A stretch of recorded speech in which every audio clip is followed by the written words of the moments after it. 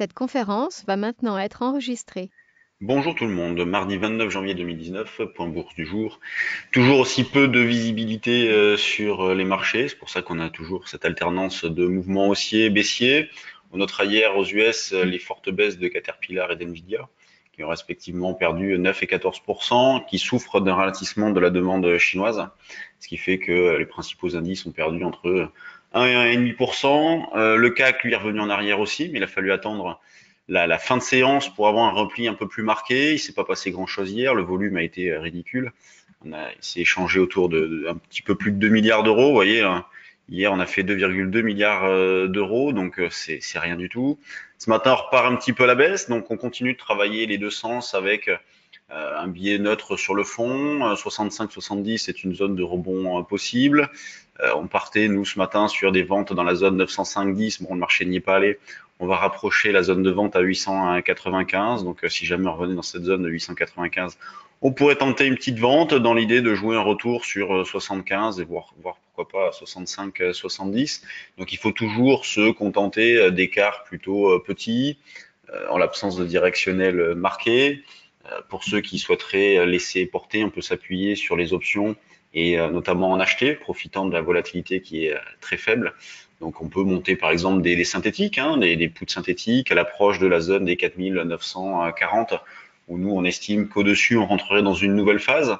Et bien à l'approche de cette zone-là, on peut très bien monter des puts synthétiques pour accumuler des écarts dans le sens d'achat sur le futur et éventuellement conserver un petit solde vendeur pour un mouvement un petit peu plus important. Ceux qui ont un billet davantage haussier mais qui ont du mal à acheter sur ces niveaux de prime, on peut très bien travailler en call synthétique. J'achète du futur, j'achète du put pour fermer mon risque.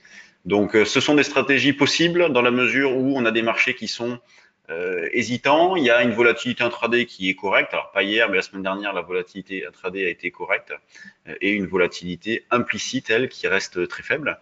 Le DAX, lui, est dans une zone de rebond possible, 11 150, 160, c'est une zone de rebond possible. Alors depuis le franchissement des 11 250, eh bien, bon, on a eu un petit haut, on a eu 60 points de plus et puis on revient en arrière. Donc, il y aurait une zone de pullback. Vous voyez, cette zone de 11 150, c'est une zone de pullback sur des précédents plus hauts sous lesquels on butait. C'est pour ça que c'est une zone de rebond qui est jouable. En dessous, ça serait 11 110-20 par exemple. Donc là, c'est pareil, pas de visibilité, un manque de conviction, un manque d'initiative.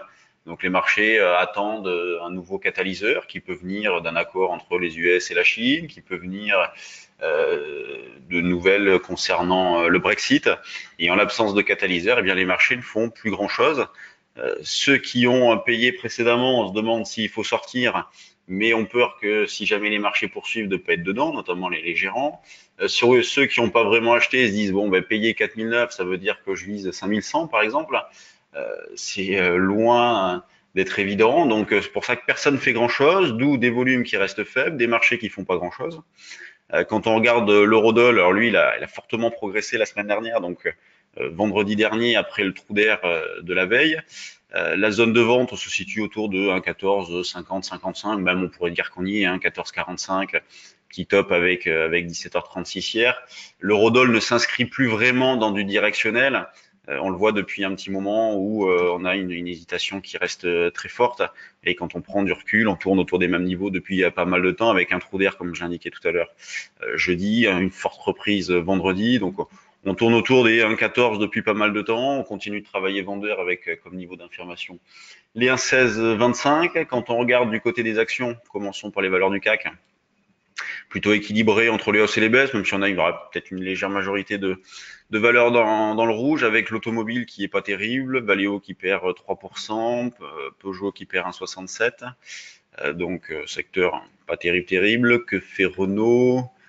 Hop, Renault prend 0,18. On l'a conseillé sur le trade du jour la semaine dernière, donc signal déclenché au-dessus de, je sais plus, 59, 60, je sais plus exactement. Donc signal d'achat sur Renault. Ensuite, les grosses pondérations, que font-elles? Total, rien. Sanofi, rien non plus. Airbus, rien non plus. Donc pas d'indication en provenance de ces valeurs-là. LVMH, rien non plus. Donc beaucoup d'arbitrage, toujours pareil, peu d'initiative, beaucoup d'arbitrage. Sur les mid et small, on continue notre tour d'horizon. Hop, on va lancer le screener un quart. Donc de la spec sur Inat qui bouge, Carbios, Europlasma, Nicox, Claranova qui continue, donc valeur qu'on a également proposée sur le trade du jour depuis le franchissement des 0,7. Donc il y a de quoi déjà faire un bel écart, hein, puisqu'on est à 0,7695 actuellement. Lumibird qui ex-Cantel, donc qui poursuit. Fermental, il y a toujours de la spéculation, il y a des configurations intéressantes sur des mid et small. Donc il y a des choses à faire sur ces valeurs-là. Faut être méfiant au vu du contexte global des marchés. Une poursuite est loin d'être évidente. Au premier trou d'air, tout le monde va disparaître et donc on va avoir un manque de densité qui va être important. Donc attention à ça, il faut en tenir compte dans son trading. Donc là, il est important de naviguer à vue, de se contenter d'opérations plutôt de court terme, parce que une poursuite, comme je disais, est loin d'être évidente à la hausse sur les indices, ou en tout cas si ça se poursuit, notre scénario principal, c'est une amélioration qui devrait rester laborieuse, donc avec une hausse éventuellement en crabe. Sur ce, je vous laisse. N'oubliez pas, semaine donc deuxième jeudi du mois de février, on organisera notre day trading live si vous avez de l'intérêt. Et puis sur notre site, vous pouvez trouver le calendrier de toutes nos formations. Salut tout le monde, à demain.